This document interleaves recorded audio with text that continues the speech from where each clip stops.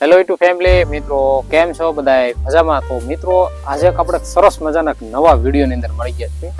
હવે મિત્રો આજનો જે ટોપિક છે આપણા ગાય ભેંસ માટે, ખાસ કરીને મિત્રો જે કોઈ પણ ગાય ભેંસ હોય તે મિત્રો નીણ ન ખાતી હોય, પ્લસ પાણી ઓછું પીતું હોય, દૂધ ઓછું કરતી હોય, ફેટમાં ઘટાડો રહે, કોઈ પ્રકારની આપણા પશુઓને મિત્રો હાનિકારક રહેતી હોય, જે મિત્રો આજે ઘણી પ્રકારની દવા લીધા પછી તોય તમારું પશુ મિત્રો ટાઈમે દૂધ નથી કરતું, નીણ નથી ખાતું, તો એને માટે એક મસ્ત મજાનો એક આપણે રામબાણ મિત્રો એક ઇલાજ લાવેલા છે જે પશુ માટે.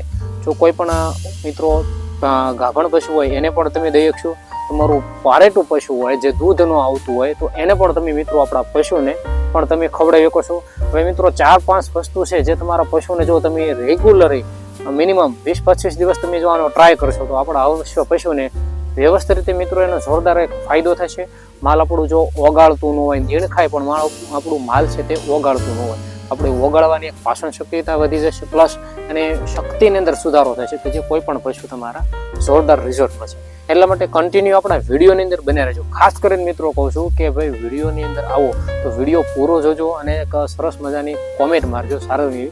તો તમને મારો વિડીયો ગમતો હોય, સારો લાગતો હોય તો મિત્રો શેર કરો, જેનાથી આપણા પશુપાલન ભાઈઓને સરસ મજાનો ફાયદો થાય, રિઝલ્ટ મળે અને એના આપણા પશુઓને જોરદાર એક અનુકૂળ પડે. એના માટે આપણે સરસ મજાનો એક દેશી ટોપિક છે, આયુર્વેદિક ફોર્મ્યુલા સાથે આવી, એટલે અવશ્ય મિત્રો સાથ અને સહકાર મિત્રો આપતા રહેજો. તો હાલો મિત્રો આપણે જલ્દી કરી દઈશું સરસ મજાના વિડીયોની શરૂઆત. તો આજનો ટોપિક કોઈ પણ ગાય ભેંસ મિત્રો જો નીણ ન ખાતી હોય એને લગતી મેં તમને સરસ મજાની વાતચીત કરી.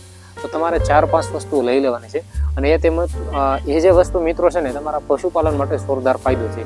આ નુસ્ખો કોઈ પણ પશુ માટે તમે દઈ શકશો. મિનિમમ 20-25 દિવસ સુધી તમે ઉપયોગ કરો તો પણ ચાલશે. હાલો મિત્રો કન્ટિન્યુ વિડીયોમાં બન્યા રહેજો, વિડીયો પૂરો જોજો, ગમે તો શેર કરી દેજો અને ચેનલમાં નવા હોય મિત્રો તો સબસ્ક્રાઇબ કરી લેજો. તો તમારે મિત્રો 500 ગ્રામ છે ને આપણે ચોહા રંગ આવે છે, જે ચોહા રંગ મિત્રો જે વસ્તુ હોય છે ને તે આપણે જે આયુર્વેદિક દુકાન હોય છે ત્યાં હોય છે, કાળા રંગનું આવે છે. જેમ કે આપણે એલસી ટાઈપ હોય છે, એને કાળી એલસી છે તે લીલી હોય છે અને આ જે વસ્તુ છે ચોહા રંગ તે મિત્રો કાળા રંગનું હોય છે. મિત્રો એને તમારે કઈ ભાષામાં કહેવાય તે મિત્રો કહેજો, કારણ કે મેં ગૂગલમાંથી ટ્રાય કરી હતી પણ મને એનું કંઈ મિનિંગ અનુકૂળ ન પડ્યું. એટલે ચોહા રંગ લઈ લેવાનું છે મિત્રો 500 ગ્રામ. બીજી વસ્તુ છે આપણે સિંધા મીઠું આવે છે, સિંધુ મીઠું, લાલ મીઠું હોય છે મિત્રો, તો એ તમારે લઈ લેવાનું છે 200 થી 250 ગ્રામ, બરોબર.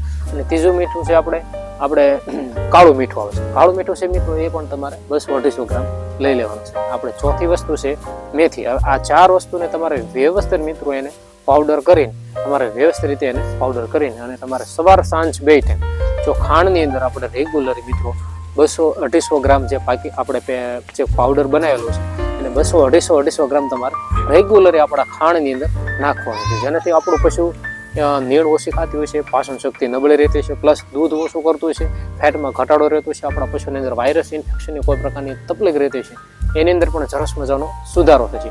તો બસ આવી માહિતી આપણા સુધી મળે અને જો માહિતી સારી લાગતી હોય મિત્રો તો બને ત્યાં સુધી વિડીયોને શેર કરજો, જેનાથી આપણા જેટલાય પશુપાલન ભાઈઓ છે એને સરસ મજાની માહિતી મળે અને નોલેજેબલ મળે. તો આશા કરું કે આજનો તમને વિડીયો ગમતો હોય તો મિત્રો શેર કરજો. ચાલો મળશું આપણે હવે સરસ મજાના નવા વિડીયોની અંદર નવા જોશ અને જોડવાની સાથે મળીએ નવા વિડીયોમાં. બધાને જય માતાજી, જય મોગલ, જય જવાન, જય કિસાન, વંદે માતરમ, ભારત માતા કે જય.